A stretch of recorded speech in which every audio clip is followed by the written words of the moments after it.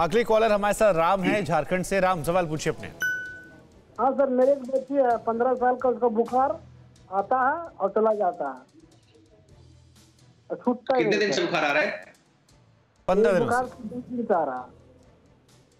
तो अगर 10-12 दिन हो गए बुखार को तो प्लीज ब्लड टेस्ट कराएं, उसका छाती का एक्सरे कराएं या छाती का टेस्ट कराएं, कोविड टेस्ट कराएं, क्योंकि 15-20 दिन का बुखार मलेरिया हो सकता है, टाइफाइड हो सकता है, हेपेटाइटिस हो सकता है, लिवर में एब्सेस हो सकती है, ट्यूबरकुलोसिस हो सकती है, या कोई भी अंडरलाइंग इन्फेक्शन हो सकता है। तो उसकी जांच हम स्क्रीनिंग करनी पड़ती है, फीवर के लिए हमें टेस्ट कराने पड़ते हैं, तो वो जरूर कराएं। ब्लड टेस्ट में जैसे कंप्लीट ब्लड काउंट्स है, मलेरिया का टेस्ट है, टाइफाइड का टेस्ट है, इसका कोविड का टेस्ट है, अल्ट्रासाउंड कराना, कोई एब्सेस तो नहीं है, एक्सरे कराना, कोई निमोनिया तो नहीं है, तो ये आपको करा के आसपास के नियरेस्ट हॉस्पिटल में जाना चाहिए। जी अच्छा डॉक्टर साहब, डबल मास्क का इस टाइम बहुत जोर दिया जा रहा है, क्या इसका कोई नुकसान भी है? फायदे तो हम सभी बता ही रहे हैं लगातार, लेकिन क्या इसका कोई नुकसान भी, अगर बहुत देर तक आप डबल मास्क लगा कर रहते हैं तो?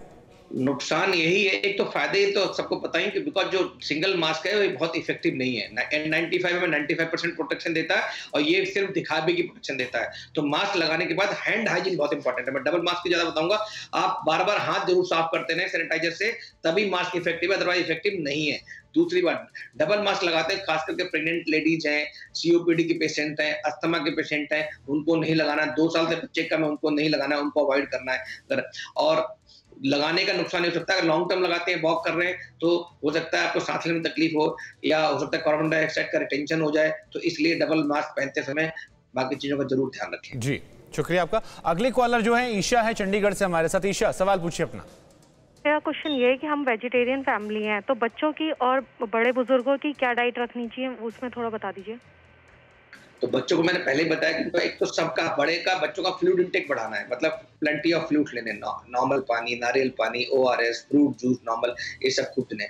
Fresh leafy, green leafy vegetables देनी है, फ्रूट्स खिलाने हैं, रॉ फ्रूट्स खिलाने हैं उनको प्रोटीन प्रचुर मात्रा में देना, चाहे वो पनीर है या दाल है, अगर आप वेजिटेरियन वो दे सकते हैं। इसके अलावा poly unsaturated fatty acid fat जो यूज करते हैं हम लोग, वो ये वाला यूज करना चाहिए। उससे स्प्राउट दे सकते हैं, जो मतलब नहीं, जो हम बोलते हैं इसको ऑलिव ऑयल, इस तरह के फैट्स यूज करने चाहिए।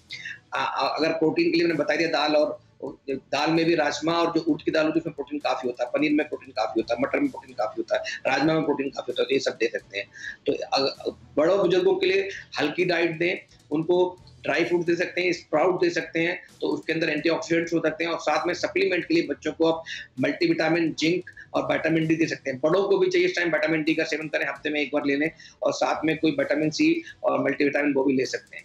जी दीपक अगले कॉलर हमारे साथ जुड़ रहे हैं। दीपक, सवाल पूछिए। सर एक्चुअली मेरा एक क्वेश्चन था आपसे कि सर पहले टाइम पे जैसे संक्रमण होता है व्यक्ति, तो उसके लिए सर नोज में जो सिम्टम्स होते हैं उसे कितने टाइम्स में मारा जा सकता है? और बेसिकली सर मेरा एक क्वेश्चन और है, क्या हम सर्जिकल मास्क के ऊपर N95 का मास्क यूज कर सकते हैं?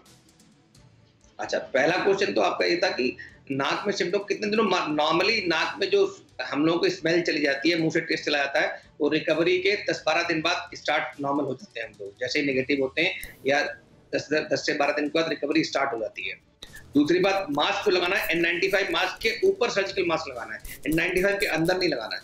तो हमें N95 को प्रोटेक्ट करना है, ना कि सर्जिकल मास्क। परवाह देश की, सोमवार से शुक्रवार रात 10 बजे TV9 भारतवर्ष पर।